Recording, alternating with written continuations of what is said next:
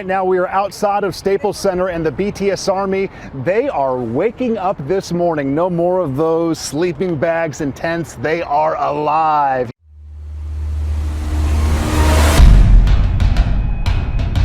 Smooth, right, butter, like criminal undercover, going top, right, trouble, breaking into your whole.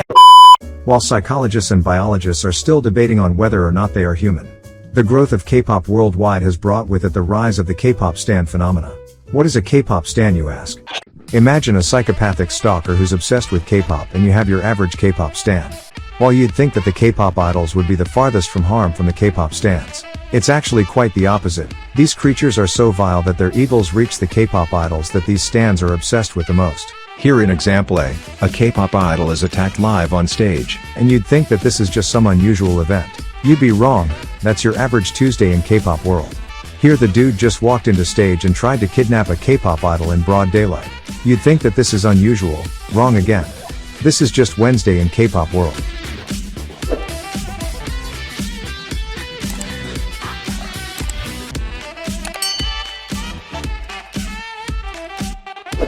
Notice how they all continue the show as if there isn't a kidnapping attempt happening in broad daylight. Then there's the good old stalking. They will chase you to the ends of the earth. And in case you were unlucky enough to let yourself get caught that day, in this exhibit, this poor dude broke down in tears and was crying for help on the floor. But the K-pop stans did not seem to care.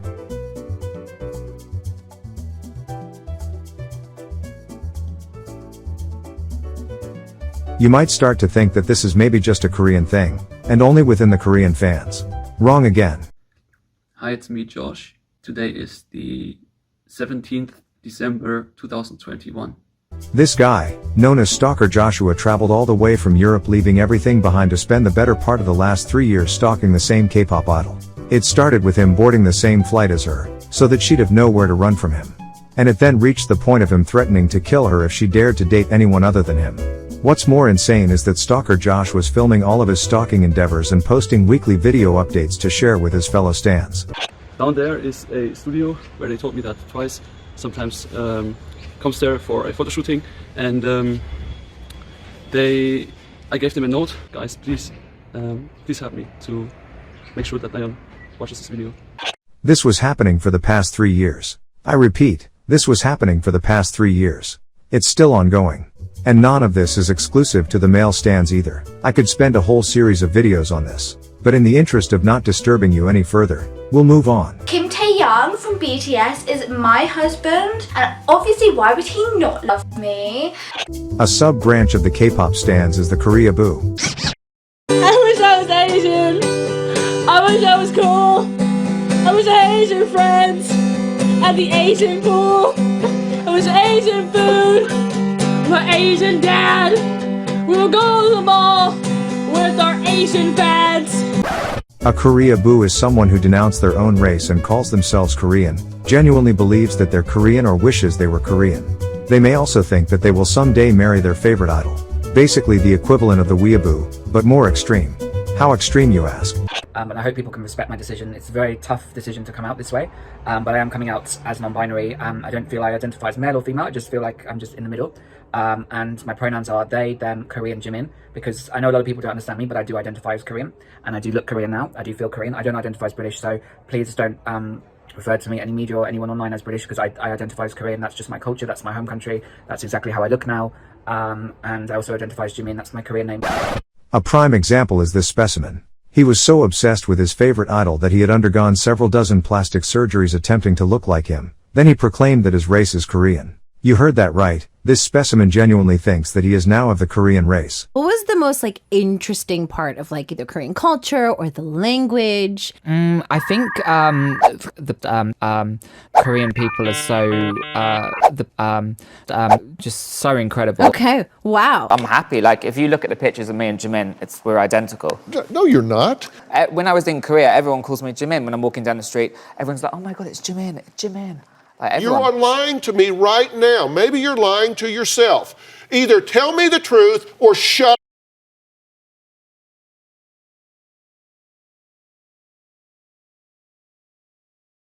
Complete anarchy and havoc were achieved. The K-pop stans seemed unstoppable. And once they were done with the real world, They went to everyone's favorite social media platform, Twitter. Did I just hear someone use a microaggression?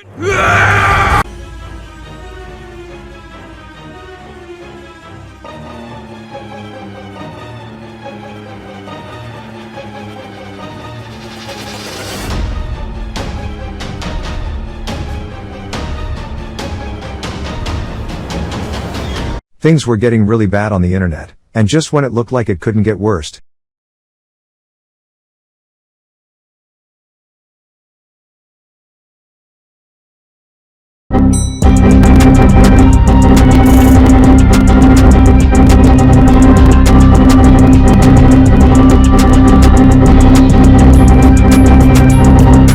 odds are you have been exposed to the fan cams at least once in your lifetime. They were everywhere, taking over every post, every reply section, every trend. There was nowhere to run from the fan cams. Things looked really bad. People were getting desperate. They started to look for any glimpse of hope. Will someone help us, they said.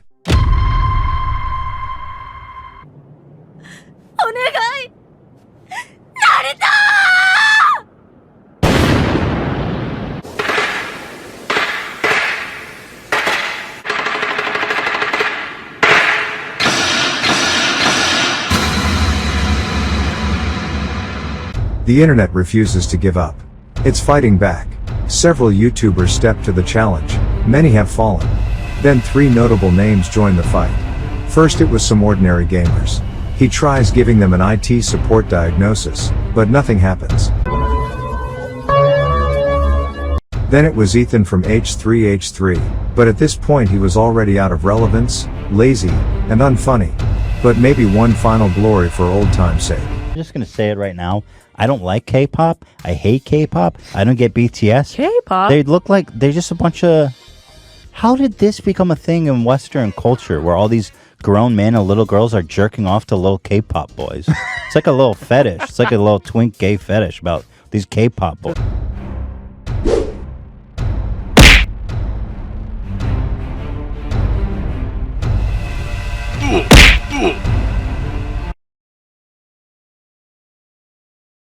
Mission failed! He was down so bad he turned into what he used to make fun of back in the day. Now, we talked about this guy, Gideon, who... He got into this whole spat with Pokimane. What happened with him? It was like... Oh, yeah, he got banned for being like a total chauvinist dick. And then...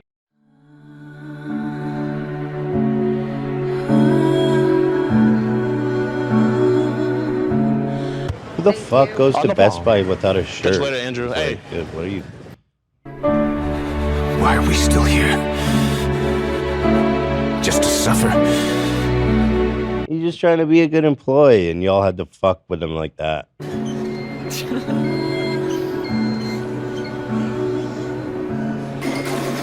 So that's Gideon. I think kind of a douche, kind of a dick.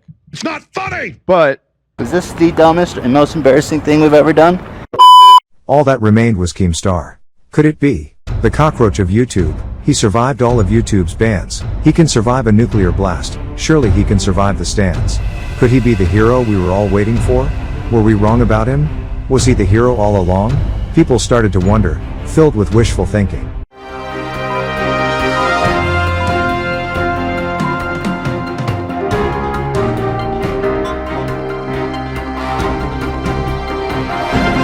Credit is due where it's due. Keemstar stepped up to the challenge, and stepped up big, as if it was his purpose in life. Keemstar declared war and launched a full invasion.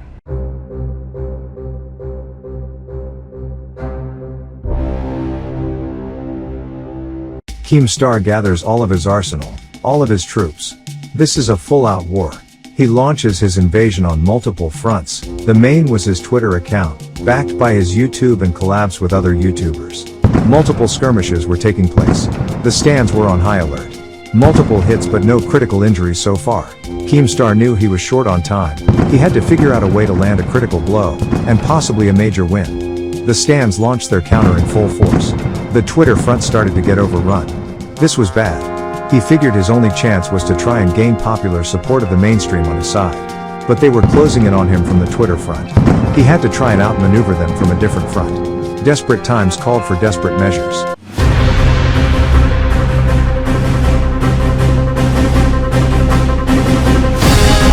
Request fire!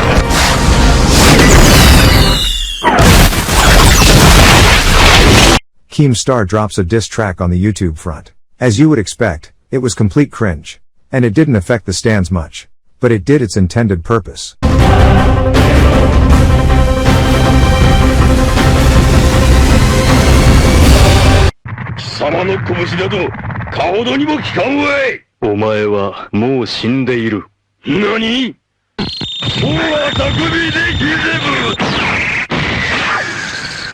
While the K-pop stans got distracted on the YouTube front, Keemstar seemed to have outmaneuvered them on the Twitter front and came on top.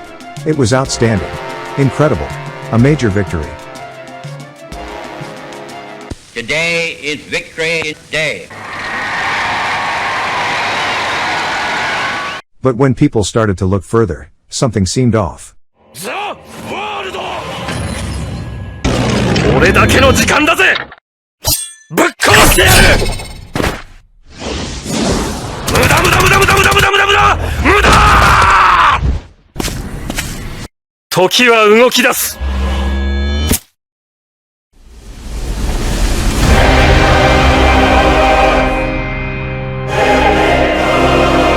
It turned out the hashtag was actually overrun by K-pop stans. Complete failure. It was a bloodbath. Keemstar refused to surrender, and never signed a peace, but it was as good as over.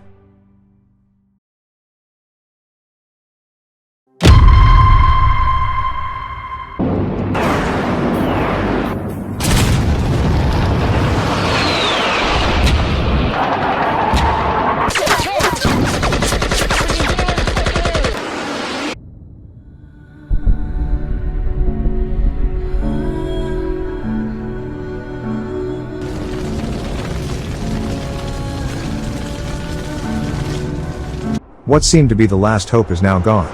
Despair was taking over the people. Why are we still here? Just to suffer? Naturally, what followed was a civil war among the K-pop stans. Fighting over leadership, each wanted to have their favorite idol to be on top. All failed but one, the BTS stans. They declared themselves the official BTS army. The band BTS approved and gave them a coat of arms. They then had an audit at the United Nations, and declared themselves sovereign. It was dark times.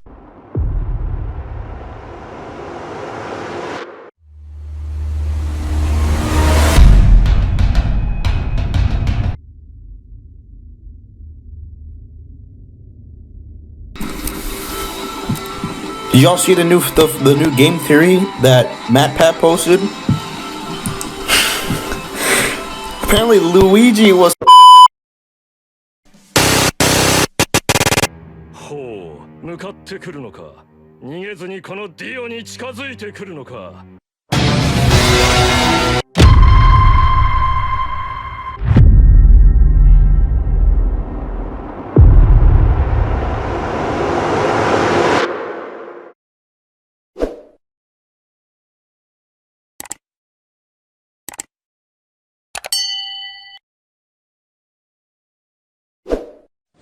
My balls is hot.